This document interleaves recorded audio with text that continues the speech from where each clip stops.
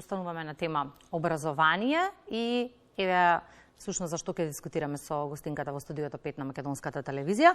Ова е тема за која што впрочем многу често говориме во Македонија наутре, мајки предвид дека секогаш велиме дека важно е да учат учениците теорија, меѓутоа многу е важно што ќе имаат како пракса за да може да се вклучат на пазарот на трудот. Инвестицијата во дуалното образование е инвестиција во реалниот сектор и можност компаниите да учествуваат во креирање на потребниот кадар, што е особено важно во контекст на економскиот развој на една земја. За значењето на дуалното образование, ова утро дискутираме со Ивана Георгиевска, раководител за стручно образование и обука во проектот Образование за вработување. Добро утро, Ивана, и добре ни дојдовте. Ќе проговориме за дуалното образование, но претходно сакам да споменеме дека денешниот ден Генералното собрание на Обединетите нации го прогласува како меѓународен ден на образованието. Па првото прашање ми е врзано со една статистика која што вели дека денес 258 милиони деца и млади се уште не одат на училиште. 617 милиони деца и адолесценти не можат да читаат и да прават основна математика.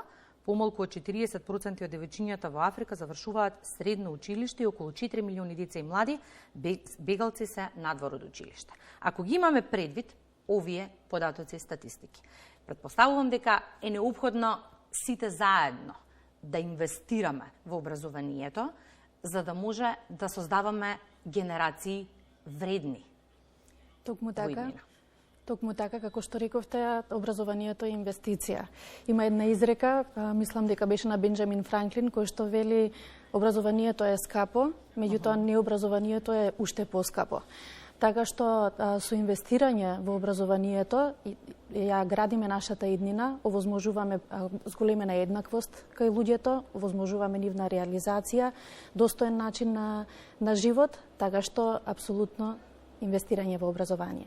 И пред малку во најавата споменав дека теоријата е важна, праксата уште поважна за учениците кои што учат стручно образование, за подоцна да може да се вклучат на пазарот на трудот. Тука дуалното образование има клучната улога.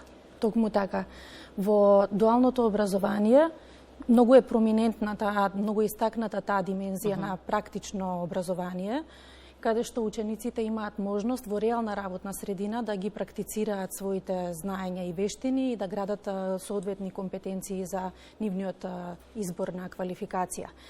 Она што го разликува дуалното образование од редовниот модел на стручно образование е токму тој зголемен број на часови на практично образование. Имено во редовното стручно има учење преку работа во 3-та и 4-та година, феријалната пракса почнува после 2-та година, додека во дуалното образование веќе во прва година летото има феријална пракса и во 2-та, 3-та и 4-та има пракса или учење преку работа во текот на годината. И тоа со зголемен број на часови споредбено. Исто така има можност, за разлика од редовното образование, каде што има ограничување на денови, зависно од квалификација, колку време се поминува на феријална пракса. Во дуалното тоа се регулира со минимум. Кој е потребниот минимум да се помине на пракса, меѓутоа постои флексибилност, доколку тоа е во интерес и на работодавачот и на учениците, да се договорат во текот на летото и повеќе време да поминат на пракса. Се тоа води кон токму зајакнување на тие компетенции кај учениците, што ги прави повработливи. И токму заради тоа инвестирањето во дуалното образование, за да го намали тој период на транзитирање од училиште кон вработување и практично ја подготвува идната работна сила, кога ќе влезе во работен процес во реална работна средина, тие веќе да бидат продуктивни. Приватниот сектор има најзначајна улога во спроведување на концептот наречен дуално образование. Каков е интересот од приватниот сектор, од компаниите во Македонија и каква е соработката со средните стручни училишта? Така, што вели искуствата? Тука има веќе значително поместување. Ако пред 5, 6, 7 години реториката генерално се сведуваше на училиштата бараат да ги отворат компаниите нивните врати за ученици. Компаниите очекуваат дека училиштата ќе ги спремат учениците кои што им се потребни утре на работните места. Веќе се создаде таа атмосфера на разбирање дека се на иста линија, дека имаат заеднички интерес и токму тоа се рефлектира во дуалното образование. Преземањето на заедничка одговорност за остручување на младите лица. Од една страна училиштата, од друга страна компаниите. Годинава веќе зборуваме за 560 компании кои што се вклучени во дуалниот модел на образование. Пред 4-5 години се работеше за двоцифрени бројки. Значи веќе станува, има сериозно, градуелно покачување на бројот на заинтересирани компании кои што сваќаат дека нивната вклученост во стручното образование е инвестиција во она што им е потребно. Ако порано, тоа значи дека ако порано компаниите сметаат дека вклучувањето во концептот дуално образование е повеќе трошок за компанијата, сега сваќаат дека имаат поголем бенефит од приказнава? Во суштина, како што рековме и на почетокот, тоа е инвестиција. Значи, не дека нема трошоци, се разбира дека има трошоци, меѓутоа кога се гледаат низ призма на инвестиција, со добро подготвен, квалификуван кадар, тие инвестиции се враќаат назад. Во одредени квалификации тоа се случува дури и за време на самото остручување, додека поминуваат на пракса. Стануваат веќе кон крајот на образованието, стануваат продуктивни и може да го направат повратот на она што е инвестирано како трошок, веќе додека се образуваат. За некои квалификации се разбира, учењето е инвестицијата во учењето трае подолго пред да станат вистински продуктивни, меѓутоа потоа се враќа таа инвестиција. И секако моментот на вработување на тие ученици кои што биле на пракса го олеснува процесот кој што може да биде скап, доколку не се знае кој би го пополнил слободното работно место, а вака додека ги обучуваат се создава таа заемна спрега, заемна лојалност помеѓу учениците и работодавачите. Имено многу е поголема веројатноста дека ученик кој што бил на пракса во одредена компанија, ја познава средината, ако имале добар однос во текот на образованието, дека тоа ќе биде пожелен работодавач за нив. Така што тука се гледа потенцијалната придобивка, дека ќе може да ги абсорбираат баш тие ученици на работа и да дека се создадат работници како што тие сакаат. Како што тие сакаат, имено, баш така. Какви се сега искуствата во однос на дуалното образование во странство? Каков концепт имаме ние? Што е оно што се прави во странство? Има ли некој модел кој што можеме како пример добар да го преземеме? Така, многу убаво е прашањето.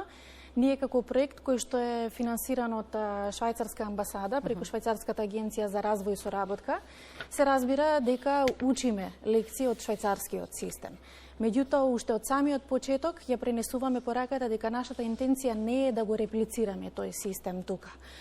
Значи, системот за дуално образование кој што постои во Швајцарија, во Германија и Австрија, дури и таму меѓу себе има разлики во нивните системи. Меѓутоа, она што се презема како клучна лекција е таа силна соработка помеѓу приватниот сектор и јавниот сектор. Таа заедничка одговорност и заедничка инвестиција во еднината. Меѓутоа, клучната разлика во овие системи, за разлика од моделот кој што ние го воспоставуваме, е уникатен за нас, прилагоден за да ни одговара на нас. Во Швајцарија, например, постои оној статус на апрентис, кај нас се преведува како чирак, меѓутоа не се поврзува само со традиционални занајати, туку е форма која што е помеѓу вработен и ученик. Значи, во Швајцарија ученикот прво бара компанија, каде што ќе реализира, каде што ќе учи, и практично се вработува. Тоа е модалитет на вработување, а потоа се запишува во училиште. Кај нас сепак запишувањето е во училиште, статусот е ученик, меѓутоа од учебната 21-22 година во конкурсите кои што се објавуваат од страна на Министерство, веќе е јасно за дуалните паралелки која компанија е во партнерство со кој училиште и од сам старт ученикот ги бира практично и училиштето и компанијата. Така што ова е клучната разлика, би рекла, и нешто што учиме од овој систем се разбира ориентацијата кон квалитет. Квалитетот како вредност во тоа општество на сите нивоа е бескомпромисно. Стремеш добро да се научи, добро да се сработи, да се биде продуктивен, да се биде конкурентен. Така што ова се димензии на кои што може да се угледуваме и да се движиме напред. И секоја година кога ќе дојдеше периодот за упис во средно училиште, битката главна беше за гимназиите. Она што изненади изминатава година е што гимназиите остана во спореден план, бидејќи најголемата конкуренција беше за средните стручни училишта. Тоа значи дека и младите знаат да проценат што е потребно и на пазарот на трудот. За да извадиме квалитетни кадри кои што во иднина ќе можеме и да ги задржиме овде и да бидат добри работници. Во која насока треба да го унапредуваме концептот на дуално образование? На што треба да се стави фокусот? Така, прашањето е многу убаво. Сепак сме ние во еден почеток на воспоставувањето на моделот. И дуалното средно стручно образование предпоставува среднорочна и долгорочна инвестиција. Имено не се гледаат многу бргу резултатите, затоа што мора да го комплетира генерацијата своето образование. Така што кога зборуваме за подобрување, ние прво треба да ги видиме ефектите на првите генерации што излегуваат. Оваа година завршуваат оние што во 21 се запишаа во 3-годишно стручно образование, дуалните паралелки, додека до година од техничките, односно 4-годишното образование, таа генерација го комплетира своето образование, така што ќе биде неопходно да се направи една убава анализа што се случило, какво било образованието, кои работи се покажале дека биле добри и корисни и од аспект на државните институции, и од аспект на приватниот сектор, двете видувања, како и резултатите во однос на вработувањето што се очекува, она што зборувавме претходно, по лесен трансфер од образование во вработување. Се разбира, останува дека тука и имаат право учениците, има проодност во нашиот систем, тие што се чувствува дека сака да го продолжат образованието, продолжуваат. Дури има и компании кои што во таа смисла, запознавајќи ги учениците, дури се расположени понатаму да инвестираат во нив во поголеми степени на образование. Оваа тема секако останува актуелна и ние ќе ја дискутираме во периодот кој што следува овде во студиото 5 на МТВ. Благодарам за гостувањето во утринската програма. Ви благодарам и на вас и убав ден на гледачите.